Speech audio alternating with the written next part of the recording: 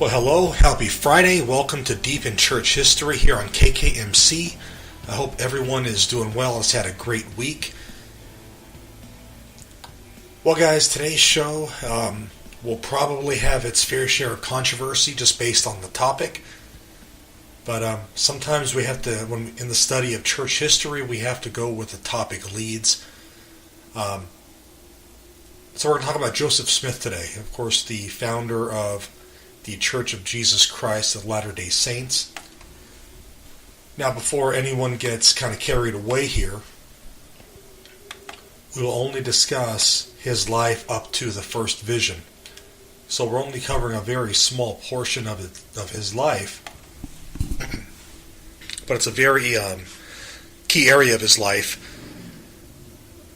And also, I'm recording this show from a hotel room, so if this show sounds a little bit different than normal, that's why. I'm in a hotel room. I don't have my normal equipment. So my apologies for that. And the internet here is not the best. So if there's some choppiness, I apologize. I hopefully have it backed up with my hotspot and all that good stuff. But let's go ahead and get to the topic.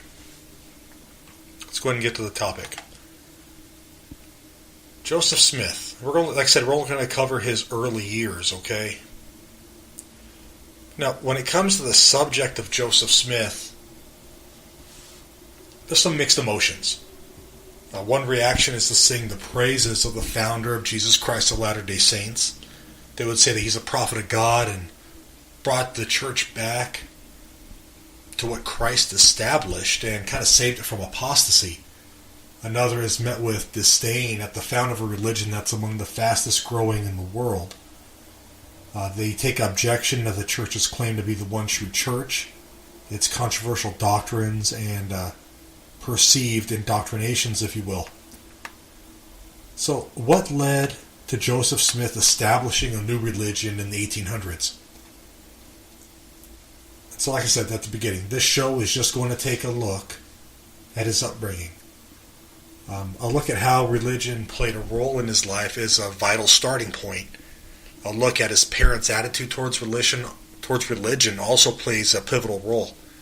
Through it all, we'll see that the lack of religious direction for Joseph Smith was a factor that led to the first vision. Now, as I stated previously, Mormons are among the fastest growing religious groups in the world, and to better understand them, we have to look at what started the movement. In this case, it was the child Joseph Smith's search for religious truth.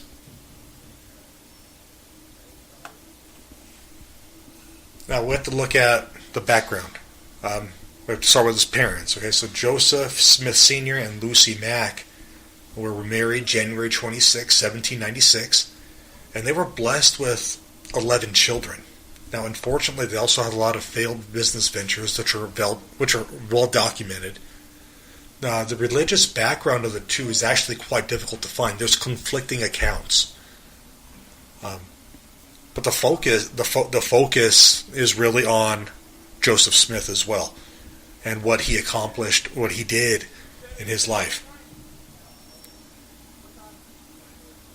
At the very least, There is some information that can help explain Joseph Smith's actions later in life, but at the very least, it kind of helps lay the foundation on which Mormonism was built. Basically, what led up to that first vision. Joseph Smith's father, Joseph Smith Sr., was raised without much of a religious upbringing. It's interesting to note that his grandfather, Asael, that's spelled A-S-A-E-L, was a self-proclaimed universalist who opposed the evangelical movement. Joseph Smith Sr.'s maternal grandfather, Solomon Mack, is said to have heard voices and seen visions which would eventually lead him to becoming a Christian. And his grandfather, Solomon Mack, actually self-published a book in 1811 titled A Narrative of the Life of Solomon Mack, in which he demonstrates a very telling incident regarding his son-in-law Joseph Smith Jr. He describes an incident in which Joseph Smith Sr. attended a Methodist camp meeting, and his grandfather Asael was waiting for him upon his return. Now Solomon Mack writes in regard to this incident, quote, "He threw Thomas Paine's Age of Reason into the house and angrily bade him read it until he believed it." Joseph Smith Sr. grew up in a home that lacked religious conviction. There was a belief in God and in doing good, but there was no set doctrine or ideology. As a result of his upbringing, Joseph Smith Sr. didn't find value in organized religion. He didn't really understand it. He claimed to have detailed dreams that had much symbolism in them. Now, he was also a Freemason, so the symbolism in his dreams could be related to the symbolism of Freemasonry. Now, before I get angry emails or tweets saying I don't understand what Freemasonry is, I was also a former Freemason, so yes, I understand that symbolism very well. The religious childhood of Lucy Mack Smith was not structured well either. Her father did not become a Christian until he was 76 years old. Now, praise God he did, though. During the childhood of Lucy and her siblings, the religious education was left in the hands of Lucy's mother. Her mother could have possibly been a Congregationalist, but she wasn't a regular church attender. Her brother was a seeker and formed his own religious group when he was fairly young. Now, regarding this, Lucy Mack writes, quote, "Before he had attained his 16th year, he became what was then called a seeker, and by believing that by prayer and the gifts of the gospel, which were enjoyed by the ancient disciples of Christ, might be attained, he labored incessantly to convert others to the same faith." And that's Lucy Mack in her own words in a book titled The History of Joseph Smith by His Mother, which is a very popular book on Joseph Smith. Now, Joseph Smith himself was born on December 23rd, 1805 in Sharon, Vermont. His parents both came from large families, and they had a large family of their own, as Joseph was child number 5 of 11. Unfortunately, the Smiths had 2 children die while they were still infants. I can't even imagine what that must have been like. The childhood of Joseph Smith was very difficult, to say the least. Money was tight, and the family did what they could to make ends meet. Farming was the family business, and early in Joseph's life, his father took a gamble on ginseng. Yes, ginseng. But he had a business partner that cheated him. They lost everything, and the family farm had to be sold to pay off creditors. The Smiths would move several times during Joseph's childhood. In relation to the moves, Mormon historian Richard Bushman states, quote, "In the next 14 years, the Smiths moved 7 times. One particular move saw them move to Lebanon, New Hampshire, where in the winter of 1812 a typhoid epidemic broke out. Sorry, I can't talk today. Joseph did not go untouched by the disease, and he developed an infection in his shin. He underwent a very painful surgery with no anesthesia, which was common practice at the time, and the infected bone was removed. Now, though he developed a limp which would carry the rest of his life, he did make a full recovery. In 1814, the family moved to Norwich, Vermont, and continued farming.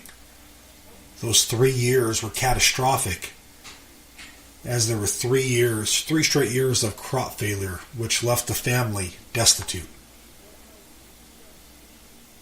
In 1817, Joseph Smith Sr. went on his own to Palmyra, New York, while Lucy stayed behind to make arrangements with creditors. Now, there had been some speculation as to the extent in which Joseph was educated. With all the moving and financial turmoil, a formal education in those days was not really possible. This is well before the days of online middle schools, online high schools. With all that moving, it's very hard to attend classes. He attended school briefly when the family moved to Palmyra, but did not complete formal schooling. Now, Joseph did learn how to read, write, and how to do basic math. Now, regarding his education, Joseph Smith would later write, quote, "I was deprived the benefit of an education." His own words. Most of his learning occurred in the family home. under the tutelage of his father.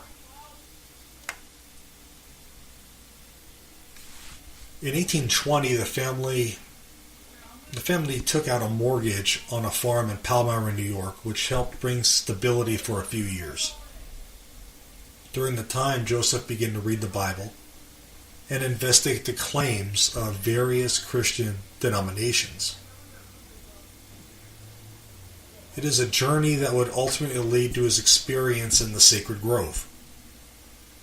Joseph was around 14 years of age when his family moved to Palmyra, and it was an area that was popular for revivals. He was present during the Second Great Awakening, but so many revivals took place in the area that it became known as the Burned Over District. Now, it received this name because revivals came so frequently during the early 1800s.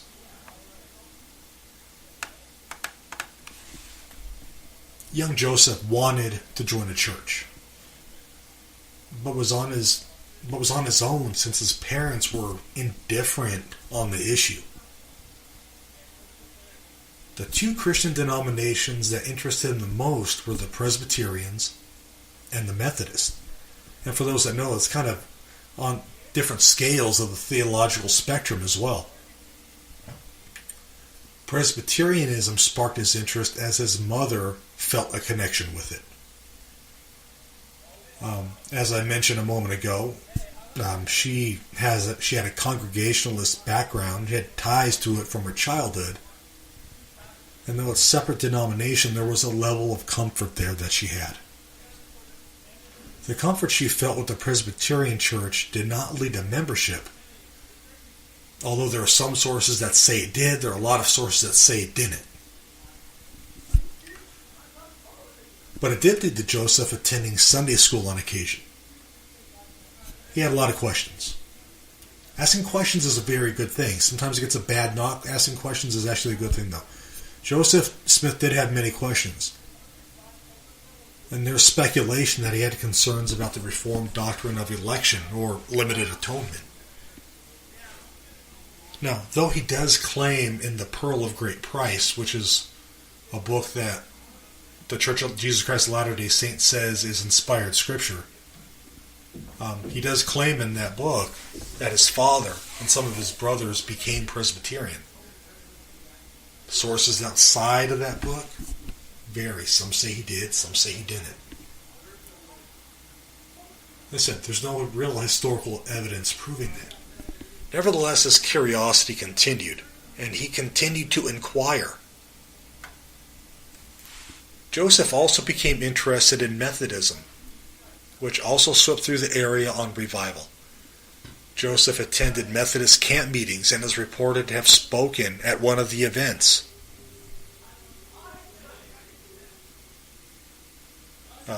He was said to have been very eloquent and a very passable exhorter. And that's from the book No Man Knows My History, The Life of Joseph Smith, published in 1971.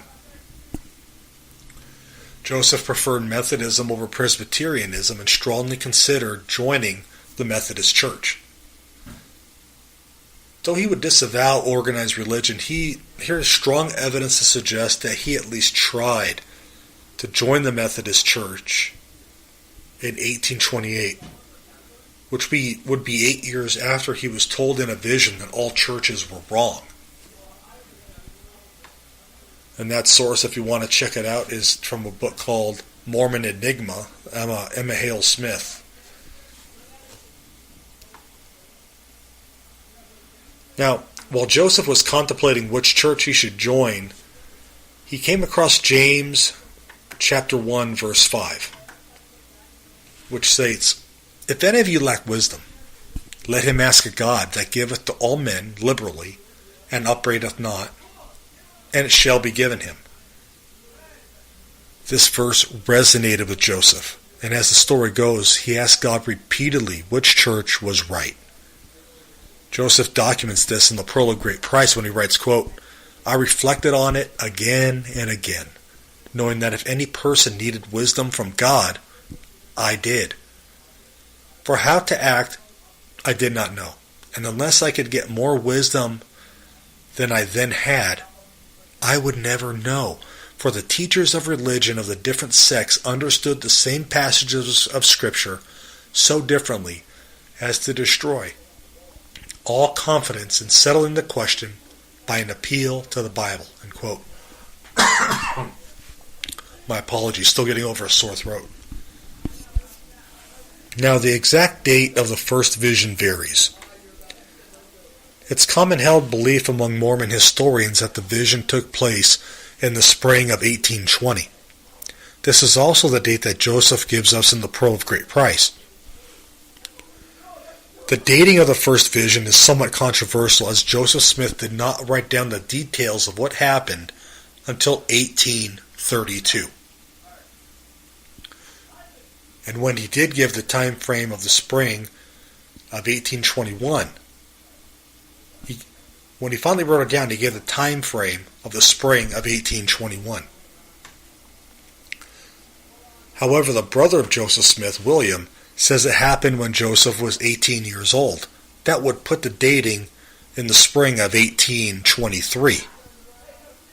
As legend has it, Joseph Smith went into the woods to find a suitable place for prayer and contemplation. Having done this, he saw that he was alone, and he began to pray. Joseph says that he experienced the power of God with such force that he was hardly able to speak. Joseph Smith describes the events by writing, quote, "I had scarcely done so when I immediately was seized upon by some power which entirely overcame me, and had such an astonishing influence over me as to bind my tongue so that I could not speak. Thick darkness gathered around me, and it seemed to me for a time as if I were doomed to sudden destruction." And again, that's from the Pearl of Great Price. Joseph looked up and saw God the Father and Jesus as separate individuals standing before him. Early in the history of the church, it was unclear if Joseph saw them physically or if it was just a vision. When I say history of the church, I mean the LDS Church. A later church doctrine states that it was a physical visitation. And in it, Joseph saw and conversed with the Father and the Son, both of which were exalted personages and were both personally present before him. In Mormon thought, this event is thought of as being on par with the birth, death, and resurrection of Christ. In the vision, God the Father points to Jesus and tells Joseph to listen to him. When Joseph pulled himself together and was able to speak, he asked which church he should join. He was told not to join any of them since they were all wrong. Joseph Smith describes the event by saying, "I was answered that I must join none of them, for they were all wrong, and the personage who addressed me said that all their creeds were an abomination in his sight, that those professors were all corrupt." Again, from the Pearl of Great Price. It said that Joseph was told that all churches were in apostasy. All the great creeds of Christendom profess that the Father and the Son are co-eternal, and this vision said otherwise. In Joseph's mind, this would prove the message of the vision correct. Smith states that he told a Methodist preacher about the vision a few days later. But this seems to be unclear from a historical perspective. Joseph never stated that he told family members, and it seems none of them knew until 1823, 3 years later. Joseph said he told a Methodist preacher that was active in the revivals going on in Palmyra at the time, but there's one small problem. Historical records do not show a revival in the area in 1820, but do show revival activity in 1819 and 1824. Smith would later have other visions, but these were years down the road. He claims that the Methodist minister told him to repent of these visions because revelation had ceased with the last apostle. Again, my apologies for the cough. Now, visions were quite common during this period, and using seer stones and the like were commonplace. The Methodist preacher may have dismissed the first vision because it was something that was familiar. In regards to this, Mormon historian Richard Bushman writes, quote, "The preacher reacted quickly and negatively, not because of the strangeness of the story, but because of its familiarity." Joseph Smith claims that the persecution he experienced came harshly and swiftly. He states that all people of all sects united in such a way to persecute him.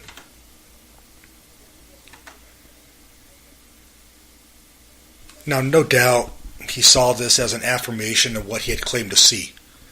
In his own words, Smith writes, quote, "I soon found, however, that my telling the story had excited a great deal of prejudice against me among professors of religion, and was the cause of great persecution, which continued to increase, and though I was an obscure boy, only between 14 and 15 years of age, and my circumstances in life such as to make a boy of no consequence in the world, yet men of high standing would take notice sufficient to excite the public mind against me, and create a bitter persecution. And this was common among all the sects. All united to persecute me." Now, was he enduring persecution because of the vision, or because of some other matter altogether? There is no record outside of Joseph's writings that any persecution towards him took place. There are many records of the revivals that swept through the area, yet there is no mention of this vision outside of his own writings. In fact, as previously stated, visions were very common during this period. The persecution may have come when Smith started discussing the discovery of the golden plates in public. Joseph had a very interesting life, but nothing would prepare him for the death of his brother. Alvin Smith was the Smiths' oldest son and assisted the family in many things. One such thing was the construction of the family home in 1822 on the farmland that they had purchased 2 years earlier. That was also the year that Joseph reported to have had the vision. The family had a log home, but Alvin began building a frame home. Alvin would not get to see it to its completion because he passed away in November of 1823. Cause of death isn't really certain, but there are two theories. One is that he was given too much calomel, which is a type of mercury, as a treatment for a fever, and that was known to have caused vomiting and nausea. Now, this worked as a laxative of sorts to get the diseased bile out of the intestine. Another theory is that he died of appendicitis. Since he took mercury, the laxative effects made the disease progress faster than normal. Alvin had been helping to support the family, and there is some speculation that Alvin took over some duties as man of the house from his father. The new home for the family wasn't complete, and construction would not be finished for a year. Alvin's death was very tragic. But it was tragic in also another way. Alvin had been selling cakes from a cart to those attending the revivals. The income that he brought in helped to pay the monthly mortgage on the family farm. With that income gone, they were unable to pay the bill, and the farm was foreclosed on.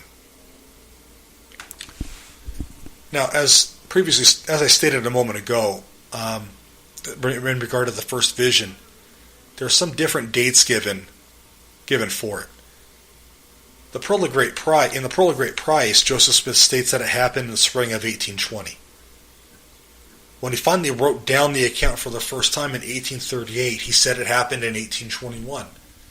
Keep in mind that the spring of 1820 date occurs in the Pearl of Great Price, which Smith later wrote.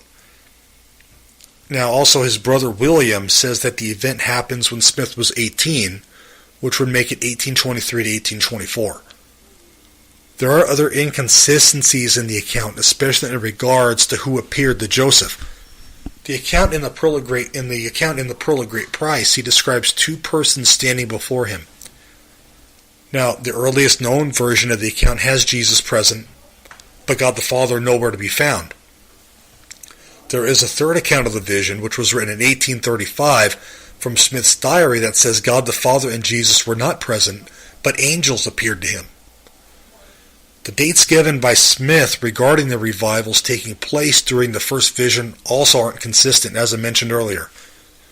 Records show no record of revival in Palmyra, New York in 1820, but in 1819 and 1824. The facts regarding the first vision, when examined from a historical perspective, are inconsistent. They're just inconsistent. Now, over the course of this show, and there's a lot more that could be said about this topic, but it's only a half-hour program, guys. Over the course of this show, we looked at the childhood of Joseph Smith from birth through the first vision. He had a very interesting life. He survived a ton of hardships. Now, one could say by his life, though it was full of hardship from all the moves, the death of relatives, and because of persecution later in his life were his beliefs. So his life wasn't easy, okay? A look into the religious upbringing was also done to show, to show that really wasn't any faith passed down through the generation. This is vital because it shows that Joseph Smith didn't have that stable foundation. This is, of course, meant in a religious context. The family moved 7 times in 14 years, which is a lot for a young child to take. Joseph was searching for something to fill the void, something to give him certainty through poverty and financial issues that the family was going through. He didn't find it in the Methodist or Presbyterian communities because they were not itching his ear. Now, to be fair, every denomination has its problems, but Joseph was searching for something concrete to grasp onto. He used seer stones to see visions previously. He had questions about Christian doctrine, and there was no one around. This is the case in the first and second visions. His version of what was seen changes significantly from 1832 to 1838, and hints at a development in his theology.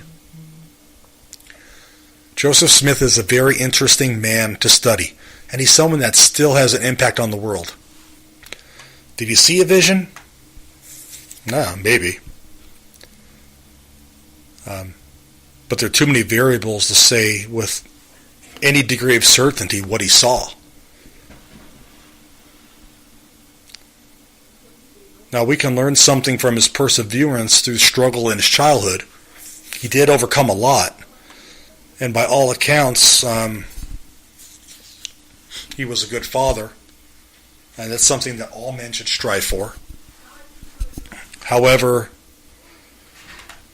did he see what he saw? It wasn't a God, I can tell you that. But anyway, my opinion. Anyway, guys, I'm over my time. Thank you for joining me in this episode of Deep in Church History. We'll catch you next week. God bless you.